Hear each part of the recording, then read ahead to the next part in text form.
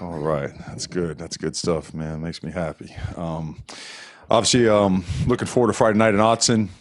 Shorter week, so right at it right away. And looking a lot of good things on Saturday. And of course, a couple of things we got to clean up. But we played hard, played tough. Certainly some progress from some of the younger guys gaining more playing time, and guys playing with, again, more physicality, attention to detail. Personnel-wise, the receivers, again, it was good to have them in there. Some of them were working out the rust a little bit and working out basically at the same rep count that they had during practice. So some got more reps than others, but we see them just getting back in their groove now and looking at them, and they should be ready to go and be more 100% like they have been before their injury. Aside from that, Gus's injury is significant. He'll miss the season. Unfortunately, he's been such a huge part of what we've done so far, and our thoughts and prayers are with him. Aside from that, CJ had sprained his ankle, but he looked pretty good today, so we feel like he's going to be ready for Saturday. And aside from that, I know David went down late, but David was just like a bruise, low back bruise or something of that nature. That being said, open to questions.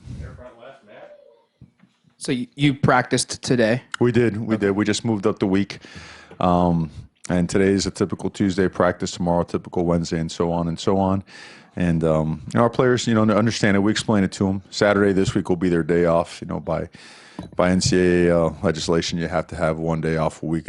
We flip it a little bit so they get it on the back end. But we were right to first and second down football, some third down stuff as well, some red zone. And they did a really good job, coming off a very physical game against a physical team. So proud of the way they worked today, and fully understanding and fully demanding of themselves, of each other, that we have to have great practices to play our best against an excellent football team coming into Autzen Stadium. I guess to clarify then, did CJ, you say practice today? CJ did. Okay. CJ practiced today, and he looked pretty good. Looked a lot better than what I expected. Didn't know exactly what to think coming into today, so feel good about him on Saturday. Coach, you went into the Cal game, and we're looking to look for a better mesh between like the offensive line and the running backs, get your running game moving. After the game, how do you assess the progress you made? Yeah, tremendous progress. I think a couple things play into it. We let them play. We let them play and ran, a combination of things that allowed them to work not only on double teams, but good angles on man blocks. At the same time, running 74 plays, a little bit different than 50, 53 the week before. That certainly plays into it. And you see as the game goes on, you start to get more and more chunk plays in the running game, and felt that at times not only the offensive line, but also our defensive line did a great job against Cal in the run game. So I think the work against each other, going good on good, really paid off, and we saw a lot of progress, and we expect to build on that. On the right, Ryan? Mario Montez is one of those players who seems like he's been in the Pac-12 forever. Won here in 2016. What are the challenges of facing him now that he's an experienced player? And also, do you prepare for Laviska Shenault just in case he goes as well? You have to prepare for all of them. I mean, they have shown that they're explosive, regardless of who they put in there. They have explosive players, athletic guys that could stretch the field. And what I think does not get enough credit, not to harp more on offensive line play, but I think their offensive line is excellent. They're very well coached. They're tough. They're physical. They do a great job staying on those down linemen and working really good double teams. And when they're asked to man block, they do a good job as well. Their backs are big, physical guys, and they've run the ball really well, and it's opened up a lot of stuff downfield for them. So you're looking at a quarterback that's got a ton of experience, has had great success here before as well. He's complemented by some really, really good players and a really good scheme. So we know that we have to be at our best to play the type of game that we want to play on Friday night. In the middle, Jerry? Yeah, Coach, a general question about the passing game. No passer is going to be 1,000% hit every target that's open. So after you review the tape, what's a general amount of percentage that a quarterback will hit his open targets? I mean, the only one I can think of is Jawan Johnson over the middle was wide open, and I assume that he probably should have thrown it to him. But what's a good percentage, and how did Justin do overall in hitting the guys that were open? Sure. Well, we like to relate it both to practice and to game day. If your passing game is hitting on all cylinders in practice, you want to be above 85%, knowing that come game time, that's going to be knocked down 10, 12, even 15%. And if you could get over that, you feel pretty good about it. Now, the passing game has changed a lot over the last, 10, 12 years. The advent of the RPO, right? All these passes behind the line of scrimmage certainly are different than back in the day when guys would have a 66% completion percentage by throwing the ball down the field. So you certainly want to be above 70. And we feel that, no, Justin's playing at a high level. I think if you ask Justin, he's always going to be really critical of himself. He'll want plays back, but we really feel he's playing at a high level. Ready, James? Mario had a couple, but you have a really weird third down pass defense splits on some of the third and shorts and even third and medium, 7 and 9, you lead the country, but at third and 10 plus, there's no bigger disconnect of a top 20 pass defense than you guys. Are they out of phase? Is it that you're not playing press man as much because it's, you're off in cushion? So is it just something that technique wise has to be corrected, or is it because it's third and long, so there's not as much mental pressure? What's the No, I think disconnect? the couple of times that we've got where we gave up a conversion, one was a miscommunication on actual coverage, and the other one was a miscommunication on technique. Preston, we were supposed to be bailing and the vice versa. So, and that being said, it's tied into the types of pressures that you bring. It ties into matchups as well. Guys have made some pretty good plays against us also. So I think you'll see that number get better and better as the season goes on. You'd like to think that that's always going to be your best number, right? So, no, I think we'll be trending in the right direction. Javon Holland has been, solid all season, very consistent. Had another good game Saturday. I think he had the interception, and I think he tipped the one to Troy. Just talk about the luxury of having a player like that, not just defensively, but special teams also. Well, I'd say I would even say he's more than solid. I think he's an exceptional player, an exceptional leader. He's extremely intelligent and hardworking, and he commands the respect of the locker room, his teammates. I think he commands the respect of our opponents as well because of his ability to make things happen, to lead, to make plays in critical situations, to go ahead and win the contested ball, to be able to read in and read out of stuff just instantaneously as it relates to the mesh with a running back, as it relates to a particular route pattern and the coverage that's we have called. So, no, he's a special guy, and his intangibles make him just as special as all the physical attributes that he has. He's a real deal, competitor and human being. We're thrilled to have him. Here on the left, Matt. With your offense and the lack of explosion plays, you're, I think, 11th in the conference for plays of 20 or more, but you're on pace for the most 10 yards or more plays since 2015. How close do you feel like you guys are from ripping off those explosion plays, and I guess what's preventing you from finishing it? Yeah, I feel like we're either getting tackled, sometimes tripped up in that 11 to 15 yard range, and but now to me, it doesn't frustrate me. I think we all know that when you have an explosive play, your percentages on scoring touchdowns on those particular drives go up exponentially. So it is a huge goal of ours. We've got to continue to improve every part about it, from I would say the distribution of the route pattern to the downfield blocking that goes with it. Continue finding formations that might create some more open space, and sometimes you just got to make a guy miss and got to make a play. So, but it's certainly trending in the right direction. We feel that way because of the 10+ yard plays that we've had, but I'm with you 100%. We want to make those 20+, and certainly that'll make drives a lot more successful. Second row in the middle here. Last time you played Colorado a couple years ago, it was a tough loss for the program. Does that get mentioned at all in the locker room as you prepare for Friday? Well, absolutely. I think you have to have awareness of what happened the last time, Colorado visited, Autzen Stadium. They played a heck of a game. And look, I watched these guys on tape thoroughly. I know Mel Tucker really well. We go back, we're colleagues. It's a tough football team that's really 10 points away from being undefeated and having, a ranking in the top 25 somewhere. So we're fully aware of what they bring to the table, and the fact that they have gone into packed stadiums before and have found ways to win. So tremendous amount of respect for them, and that's why we have to continue to be at our very best come Friday. All right, AJ. Coach, it seems like turnovers and preventing turnovers has been a point of emphasis in your practices since you've been here. and yet sometimes in some games it's an issue like it was this last game. Do you try to re-emphasize it even more than you already do, and how can you possibly do that, or how do you respond to games where it's an issue like that? Yeah, I tell you what, it was a tough one to swallow because for so many games we hadn't turned the ball over at all, and we were great in terms of penalties, and it really showed itself in the first half. And I mean, you sit there and you try to think, well, what led to this? And there really is.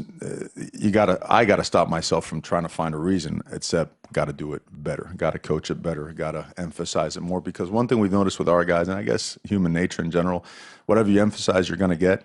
And I like what you said. We've got to emphasize it and detail not only the correction, but the drilling of the actual ball security part, right? Of the eye discipline part, the discipline with hands, as well as angles, right? Example like Dallas's penalty, man, that's a hard one to correct, because for how many years have you taught linemen on screen passes, go like a scalded dog, right? And get out there and put your body in place to have a good block and a good collision. And now, I mean, unbeknownst to Dallas, his head came down a little bit, and all of a sudden there's a head-to-head and there's a penalty. So all those things, I think, are part of correction and getting better. And it's been, I mean, from the moment we were in the locker room after the game, it was already a huge point of emphasis. And it was talked amongst the players as much as anything else. So we know and we feel like they know that it's a huge part of our DNA, and we got to get better. Ryan, on the right. For the most part, since they joined the Pac-12, Colorado's struggled, but like you said, Mel from your background in the SEC. What does he bring to that program that you think could get it started again? Well, it's when you watch his team play, you see his personality. He's an extremely smart guy that has always had his units play with a lot of toughness and physicality. There's certainly multiple on defense. They disguise their coverages really well. Offensively, they've been good, but they continue to get better and better because they make a ton of explosive plays, and there's absolutely no flinching by that team. That team has won some really close games in some tough places, and their losses have been real close and real tough ones, similar to ours early in the season. So now you see his his image, his DNA, and the way his team is playing. On the left, James. Around the kicking game, Camden makes one of two. Obviously, the first one was a longer distance, but is there at any point a level of concern? I understand this is a freshman, but nevertheless, there's no correcting a technique here. Either you make a kick or you don't. I mean, it's an either-or kind of proposition. And clearly he's going to be around a while. But at the same time, if you're facing a tough decision, if it's 4th and short inside the 30, what do you do? Because your 4th and short numbers are about a 50-50 proposition, and right now your kicker is about a 50-50 proposition. What do you do in that scenario? You want me to call 4th and 2 right now? You want to play? Is that what you're asking for? Well, I think two things. Number one, Cam, the one that he missed, the way that one was kicking, I think that's one I'd like to have back. But that's a tough decision too. It's not 4th and 2; it's 4th and 8.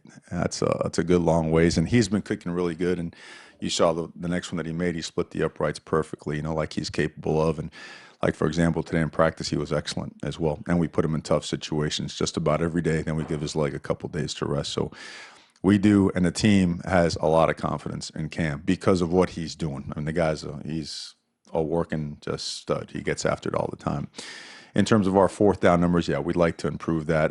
There's no hesitation from us in terms of going for it on 4th down as it relates to when to kick and when to go for it. It'll depend what exactly is the situation, the game, the circumstances. In the middle, Jeremy. Yeah, I think even before CJ went down, some people asking me, how about Darian Felix? I think when he did go down, we kind of expected, Cyrus to get in too, but is there anything about what's going on with Darian with his speed? And kind of people were asking me, why wasn't he playing? So I'm just asking you. No, it's a good question. It's a good question. He was nicked up a little bit, not too bad, and that has not held him from playing because he played some special teams as well. He is really looking good now, looked great today, so we can expect to see more of him. And then Cyrus has played well, has practiced well, has done a lot of good things for a while. He's a bigger back. He gives a little bit of a different look, right? Almost like you got your fastball guys and you got your guys that can get in there and pound it a little bit, and he did that for us. So we feel confident in all those guys. Front left, Matt. Statistically speaking, Colorado's the best offense you will have faced to date. Just kind of what have you seen from this group, even though they've had injuries across the board, and just kind of what's your thoughts going into a game where this might be the best offense you faced all year? They just do it in so many different ways. I mean, they pound the ball. They get in the gun under center and the pistol. They'll get an inside zone type formations with, a Y and a wing on the backside. Next thing you know, there's speed motion or fly motion. There's speed sweep going out the other way. They're really fast, and teams know they're really fast, but they still run by teams, and it's just not the guys that have been there for a long time. They've got some young players that do that as well. They mix up their tempos extremely well. They're very multiple as well in their run schemes. It's not just inside zone. I mean, they'll run some counter, they'll run some stretch. They're hard to defend, and their quarterback obviously is a guy with a ton of experience. He extends plays, makes plays with his feet, keeps his eyes downfield. It's one of those offenses with a lot of experience, a great scheme, multiple formations, and varied tempo. So you've got to be at your best. You've got to have a good plan that you can execute and communicate quickly, and get your feet in place and your eyes on the right stuff and go execute. James, on the right. On the left, sorry. Looking for a personnel update, Mario. I don't think I saw JJ Tucker on the sideline Saturday. What's his status? And, well, that's part one. What deal with his status? Sure. Yeah, JJ will not be part of our team. Okay. And with him and then Justin Johnson's medical retirement, that would leave on paper two open. You obviously dealt with Devin before with the one you had open from Adam. Sure. You have numerous walk-ons who have been on scholarship before. Have you made a determination as to what you'll do with these two open scholarships? Well, the first thing we have to do is wait on compliance's interpretation on how you can use them, because it's a little bit of a different dynamic when school starts or when camp starts. They still have to get a true interp on how you can actually use those scholarships, where they can be used as initials, where they can be used for returning players. So once we get that information, then we'll be able to make a decision and get that information to you. The middle, Jerry. Yeah, do you have a policy on when a player like Johnny has unsportsmanlike conduct? Do you kind of go by maybe the ref was too picky, or maybe it was valid, or I mean, I was kind of expecting maybe he wouldn't see any action until the second half or something. I mean, is there any kind of policy on that, or? At times, and we're going to yank him right away, find out what's up, and get into him pretty good, and see exactly where it's at, and go with a feel from there. Feel like the player's got his head together, and you can trust him to go back in and do right. I think you do so. I think if a player cannot control himself, and now he's a repeat offender, that's a different deal. And now he's got to sit, and sometimes the bench is your best ally as a coach, right? Didn't feel that was the case with him. Felt that he had it together. I felt that he and maybe a couple of us were pressing. We want to get out there. We were anxious. We wanted to play, and got a little bit carried away on a play. And I think he knows better. And I think his care factor is deep and huge. So when rolled with it, let him play. Thank you, Coach. Okay, guys. Thank you.